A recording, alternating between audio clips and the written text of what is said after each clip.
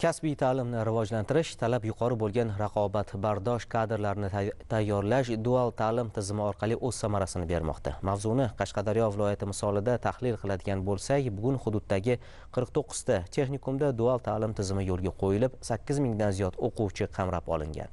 Tafsilotlar muxbirimiz lavhasida. Bugun yuqori malakali kadrlarga talab va ehtiyoj oshyapti. Shu bois davlatimiz rahbari tomonidan kasbiy ta'lim tizimini rivojlantirish, xorijiy tajribalardan keng foydalanish, dual ta'limni yo'lga qo'yishga alohida e'tibor qaratilmoqda. Ayni vaqtda Qashqadaryo viloyatidagi mavjud 58 ta texnikumda 8000 dan oshiq o'quvchi dual ta'limga qamrab olindi. 9 ta texnikumda Germaniya, Angliya, Belarus davlatlari bilan qo'shma va xorijiy dasturlar joriy qilindi.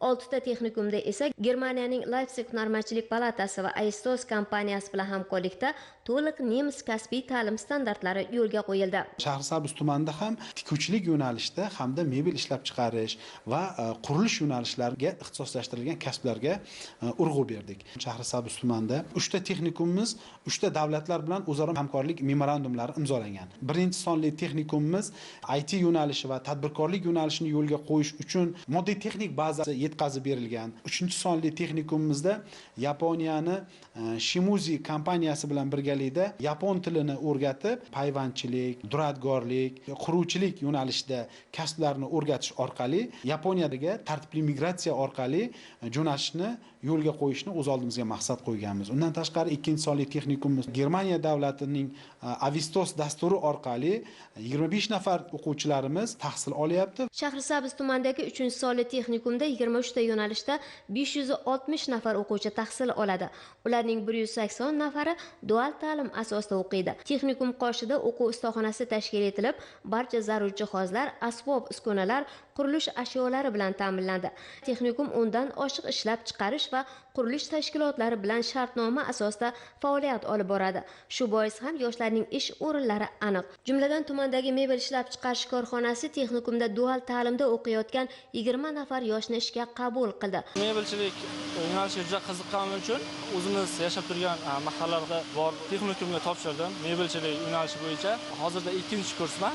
Bu yerda shartnoma asosida ishga kirdik. 4 kun ishlaymiz, ham oylik olamiz. U yoqda 2 kun ustozlarimizni ko'nikmalarni olamiz. Bu yerdagi barcha salonlar bilan ishlashni o'rgandik. Yurtboshimiz tomonidan beriladigan ko'p imkoniyatlar bilan o'zim ham kelajakda mebelchilik bo'yicha tadbirkorlik qilmoqchiman. 1-sonli texnikum Sado tikuv fabrikasi bilan shartnoma qilgan bo'lib, texnikumning dual ta'limda tahsil olayotgan 15 nafar o'quvchisi ishga qabul qilingan. Tumandagi 2-sonli texnikum tog'li hudud Sorak mahallasida joylashgan.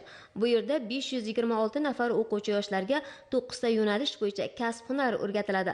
Shundan 4 ta yo'nalishda 80 nafar o'quvchi dual ta'lim asosida o'qiydi. Asalarichilik yo'nalishida 30 nafar o'quvchi tahsil oladi. Ham o'qituvchi, ham tadbirkor asalari boqishning sir asrorlarini puxta o'rgatmoqda. Har yili bu yerda 1 tonnagacha asal olinadi. Ta'lim jarayoni dual ta'lim tizimida tashkil qilingan. Har bir o'quvchimiz nazariy olgan bilimlarini bevosita ish o'rnida amaliyotga mustahkamlaydi. Biz o'tgan yili texnikum tomonidan har bir bitiruvchi o'quvchilarimizga bepul 2 oiladan asar oilasi berildi. O'quvchi hali texnikum ostonasini tark etmasdan turib, ularga tadbirkorlik faoliyati bo'yicha amaliy ko'nikmalar ko'rsatildi. Endi kelajakdagi rejalarimiz mana shu texnikumimizda kamida 500 ga yaqin asar oilasini ko'paytirib, olinadigan asal va asal mahsulotlarini o'zimizning brendimizni chiqarmoqchimiz. Byudjetdan tashqari ishlab topilgan mablag' evaziga 10 ta tikuv dastgohi xarid qilindi. Bugun chevar qizlar ham amaliy mashg'ulotlarda ishtirok etishyapti, ham buyurtma asosida maxsus kiyimlar, zamonaviy pardalar va ayollar liboslari tikib daromad topishyapti. Talab va ehtiyojdan kelib chiqib texnikumda avtomobillarga xizmat ko'rsatish, chilangarlik va payvandlash yo'nalishlari ham ochilib, ustaxonalar tashkil qilindi. Hududda turizm rivojlanayotgani uchun yaqinda turizm va tarjimonlik yo'nalishlari yo'lga qo'yildi. Yangi tizimda yigit-qizlar ham amaliy, ham nazariy bilim olishyapti va o'z navbatida ish o'rniga ega bo'lishyapti.